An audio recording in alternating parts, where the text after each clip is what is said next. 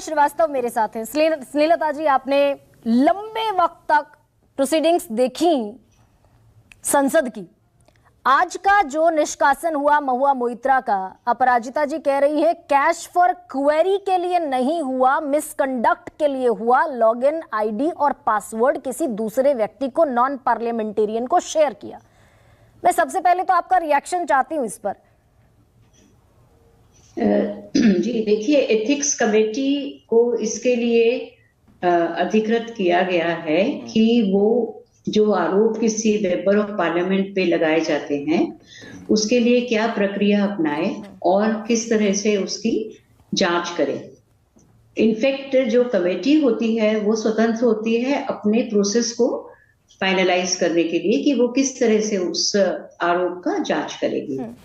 तो मैं ये कहना चाहूंगी कि एथिक्स कमेटी ने जो भी किया है उस पे मैं टिप्पणी नहीं करना चाहती हूँ।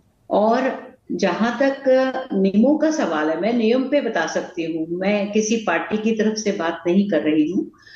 तो नियम के हिसाब से अगर आप नियम देखेंगे 316E 316F देखेंगे तो आप ये देखेंगे कि जब कमेटी की रिपोर्ट आती है और जैसे ही आती है प्रश्नकाल के बाद पहला आइटम जो बिजनेस होता है उस डे का, उसमें एथिक्स कमेटी की रिपोर्ट लगती है और जो कमेटी की सिफारिश होती है वो हाउस के सामने रखी जाती है वोटिंग के लिए और उसमें चर्चा करने के लिए आधे घंटे का समय नियमों में लिखा हुआ है।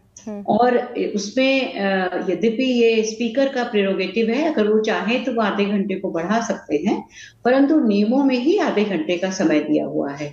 इसके अलावा उस रिपोर्ट के बारे में मैं थोड़ा सा यहाँ पे जो भी हमारी ऑडियंस है उसको बताना चाहूंगी कि जो एथिक्स कमेटी होती है उसमें जो मेंबर्स होते हैं वो पार्टी के प्रतिनिधि के तौर पर मेंबर नियुक्त होते हैं।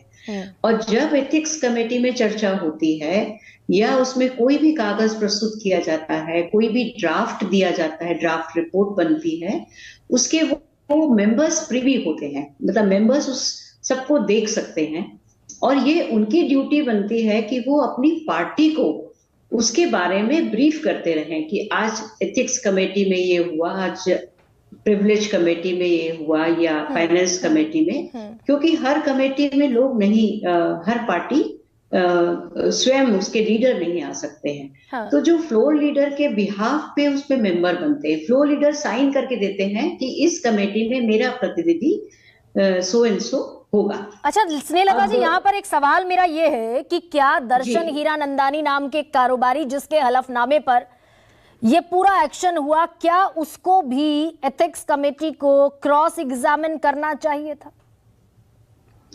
इसमें देखिए एफिडेविट किसी और ने दिया हुआ है और उनको एग्जामिन किया है उन्होंने। ये मैं इस पे टिप्पणी इसलिए नहीं कर सकती कि एथिक्स कमेटी को अपना प्रक्रिया बनाने का अधिकार खुद है। एक्चुअली क्या है, हमें ये समझना चाहिए कि संसद जो है वो सुप्रीम है, वो सर्वोपरि है और उसके सर्वोच्च है और उसके ऊपर जो इनफैक्ट अगर आप सुप्रीम कोर्ट का जजमेंट देखें, उन्होंने कहा है कि जो संसद ने तय किया, वॉइस वोट से तय किया या हाउस में वोटिंग से तय किया, उस पर वो टिप्पणी नहीं करते हैं। तो मेरा ये मानना है कि जो कमेटी ने अपना प्रक्रिया तय की और उसमें दूसरा मेरा ये मानना भी है कि जो सांसद उसमें आरोपी रहे हैं उनको उस अवसर का पूरा लाभ उठाना चाहिए था।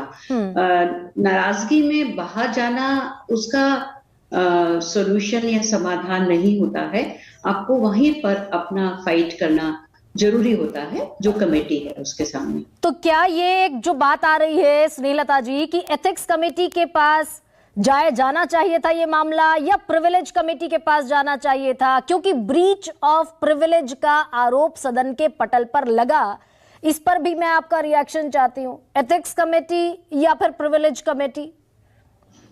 जी, एथिक्स कमेटी जो सांसदों का अनैतिक व्यवहार होता है उसके लिए बनी है, ठीक है। और प्रिविलेज कमेटी ऐसा है कि जैसे मान लीजिए कि सांसद के जो अधिकार हैं, सांसद के अधिकारों का अगर हनन हो रहा है तो वो प्रिविलेज है। या फिर ये भी है कि अगर सांसद अपने को मिले हुए अधिकारों का ब्रीच कर रहा है, उनका बेजा इस्तेमाल कर रहा है, हाँ, तो वो एथिक्स कमेटी है। हाँ। तो उनका जो व्यवहार है अगर वो कंडक्ट रूल्स के विपरीत है तो वो जाता है एथिक्स कमेटी में। और सांसदों के जो अधिकार हैं उसमें अगर कोई ब्रीच, कोई सरकारी अधिकारी या कोई और व्यक्ति, कोई अन्य सांसद करता है तो वो प्रिविलेज कमेटी में जाता है। ठीक है।